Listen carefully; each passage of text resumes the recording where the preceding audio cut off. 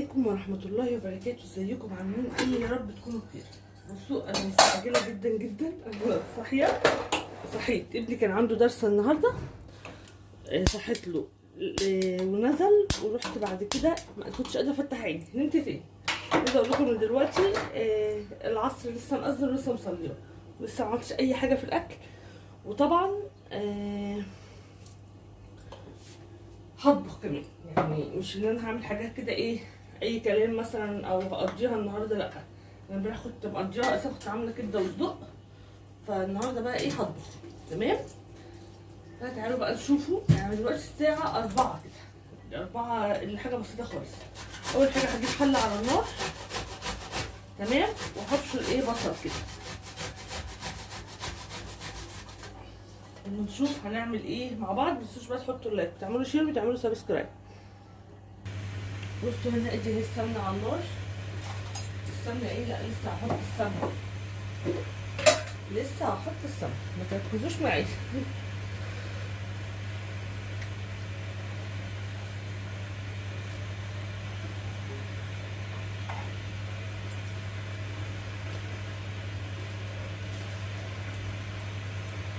انا من بالليل كنت مطلعه اللحمه تفك، مش بالليل يعني من الفجر بعد السحور. طلعت اللحمه بصوا العصر بيتيم اهو. بس انا صليت بقى قبل الاقامه عشان ادخل في الاكل ما اتاخرش على الصلاه. طبعا الصلاه اهم من الاكل. قلت كده هتاخر في الصلاه طبعا، مفضل الحاجه دي. قلت لا اصلي الاول، قلت الاقامه ما اقامتش، وبعد كده ابتدي اشوف الحاجات اللي عندي. بس زي ما انتوا عارفين الحاجه بقى اللي انا مفرزاها بتسعفني جدا جدا في اي يوم عموما، سواء صاحيه متاخر او مش صاحيه متاخر. وهنزل بالبصل ومولعه على الشكل عشان محتاجه ميه سخنه. انا النهارده هطبخ، تمام. هنشوف هنطبخ ايه مع بعض. البصله معايا، اول ما تصفر كده هنزل باللحمه بتاعتي.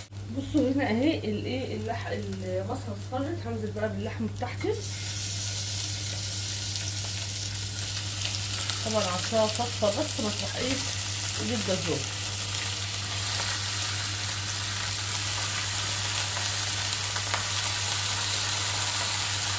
قطعتها كده صغيره شويه عشان خايفه تاخد سوا، مفيش وقت ان شاء الله ما تاخدش سوا.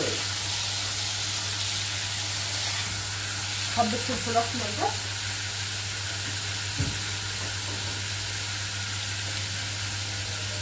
انا كده مش هسلقها، انا هعملها في الخضار زي ما انتم متعودين معايا. هشوحها كده بالبصل وبالفلفل الاسمر.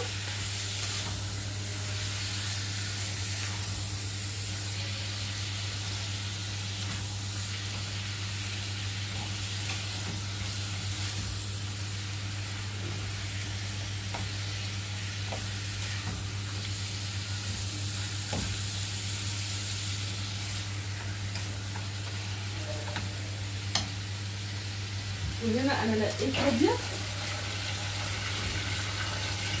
بغسلها اهو، بديها صفه.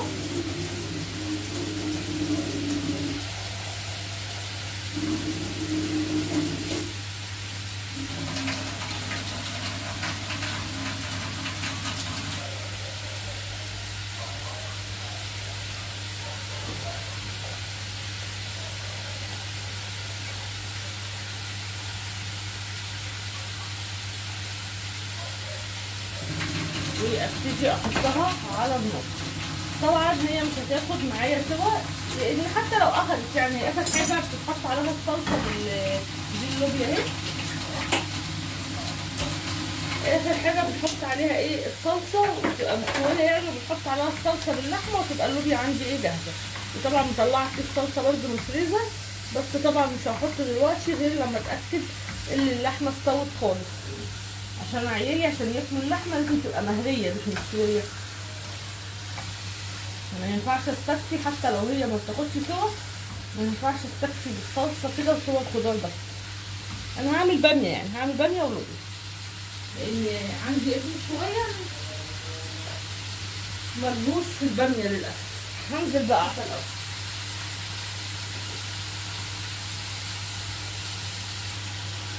بس بقى هنزل كده ايه بالميه المغليه.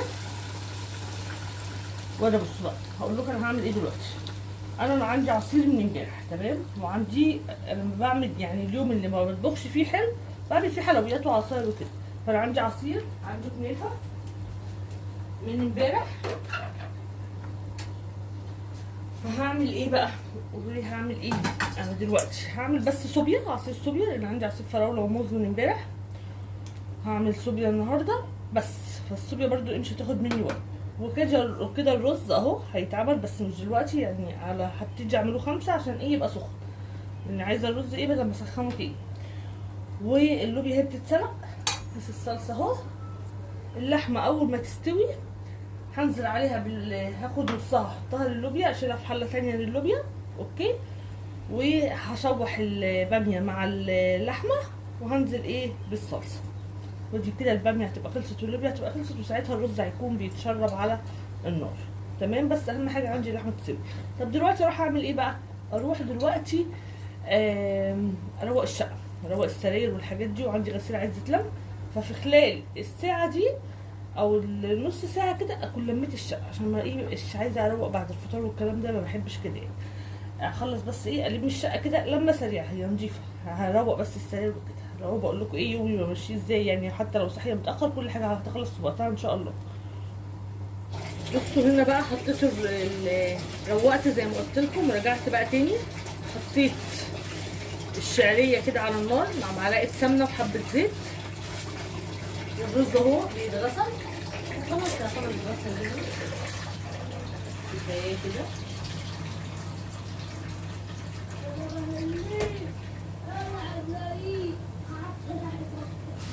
ده كيس شعريه عملت عليه كوبايتين رز، كوبايتين ونص رز بالظبط. ليه بقى؟ عشان بكره مش هعمل اكل يعني. عشان ده طبعا انا طبخه لوبيا وباميه، فهيقعدوا طبعا مش يعني هيبقى كتير علينا كمان.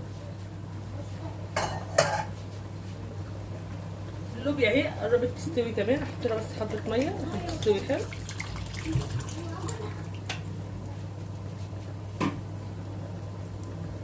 انا بكره مش هعمل رز، هسخنه عادي في الميكروويف وخلص الموضوع يعني.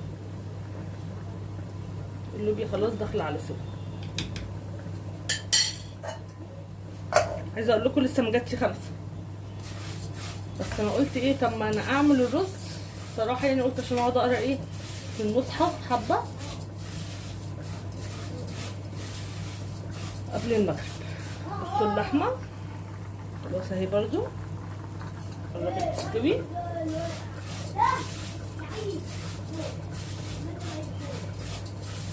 حمر بقى الشعريه حلو.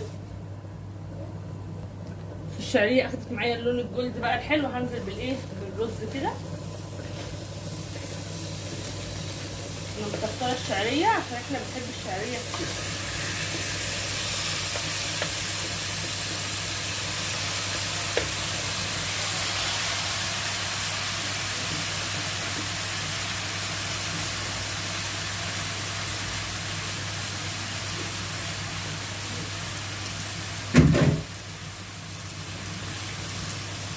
بقى ايه اقلبها كده الشعريه بالرز كويس. وانا غاليه ميه بقى في الكاتل احطها.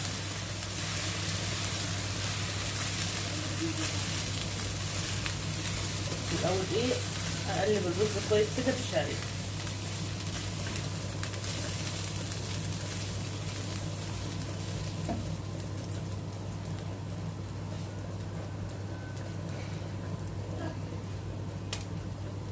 احط بقى الملح، احط بقى بالمعلقه كده عشان ابقى ايه عارفه انا بحط قد ايه.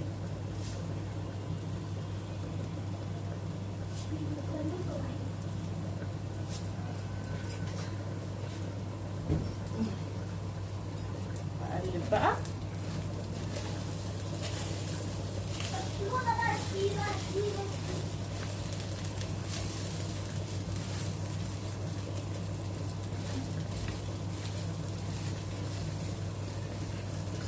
خلاص اهي.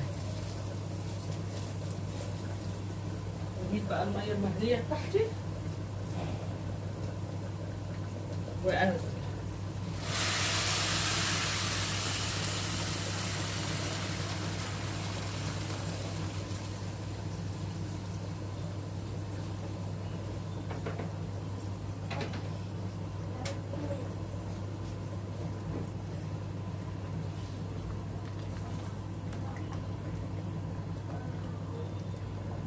بس كده. اول بقى ما الرز بتاعي يتشرب هوطي عليه واحطه على عينه الصغيره وخلاص على كده. اللوبيا خلاص استوت واللحمه خلاص دخلت على السوا برضو الحمد لله.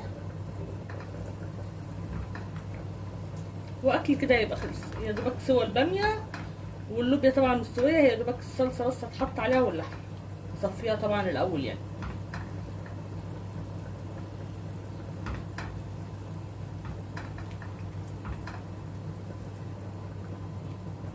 بصوا هنا بقى اللحمه خلاص استوت معايا. دلوقتي بالظبط الساعه 5:30. هاخد ايه بقى نص اللحمه، هفضي نص اللحمه هنا واسيب نصها هنا وارجع لكم. بصوا بقى ادي الباميه اهي، هنزل عليها على اللحمه كده على طول.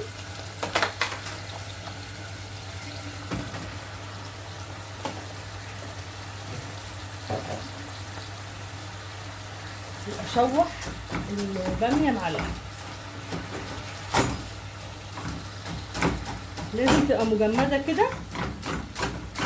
ما ينفعش الخضار اللي احنا مفرزينه يفك، سواء بسله اي نوع خضار، لازم تطلعيه من الفريزر على الحله على طول.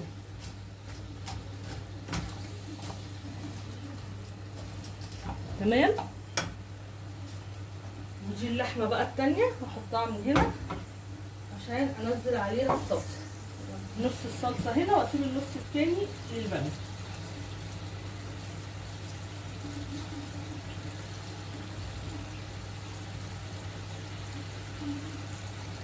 حط ايه معلقه صلصه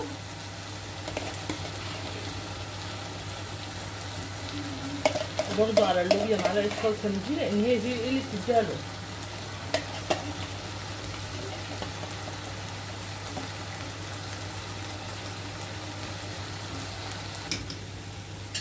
اخر حاجه بقى خالص هنزل ايه بالصلصه بقى بتاعتي اللي انا ايه مفرزاها معايا.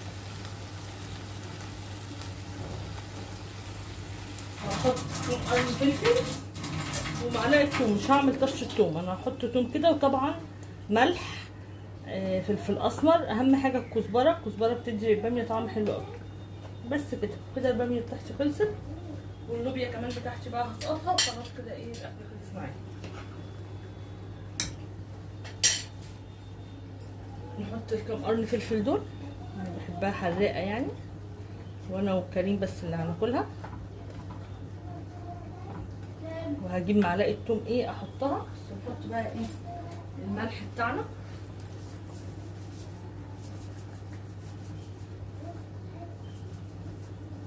هنا برضو ايه نحط الملح بتاعنا.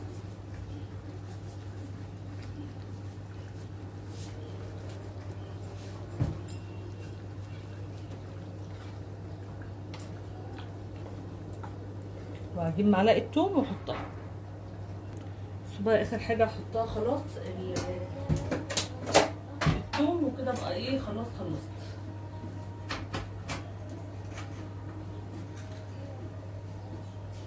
معلقه توم كده،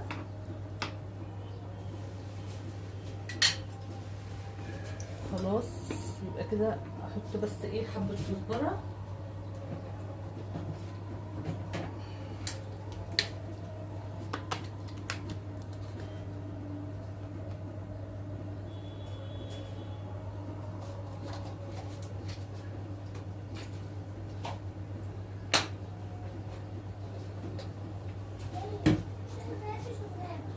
واسيبها بقى تستوي على نار هاديه وخلاص على كده.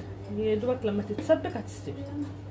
بس كده اهي. انا بدلت على فكره الحلتين لان لقيت اللوبيا كتير عن الباميه، فبدلت الحلتين ببعض، حطيت الباميه هنا واللوبيا هنا عشان ما تقولوش دي كانت معمول حله كبيره وكده. كده خلاص خلصت اكلتنا بقى، هنروح نفطر. ادي الباميه وادي اللوبيا والرز والعصير بقى والصوبيا وكده. وكده خلاص خلصت اكلتنا. ما تنسوش بقى تحطوا اللايك وتعملوا شير وتعملوا سبسكرايب، واقول لكم السلام عليكم ورحمه الله وبركاته.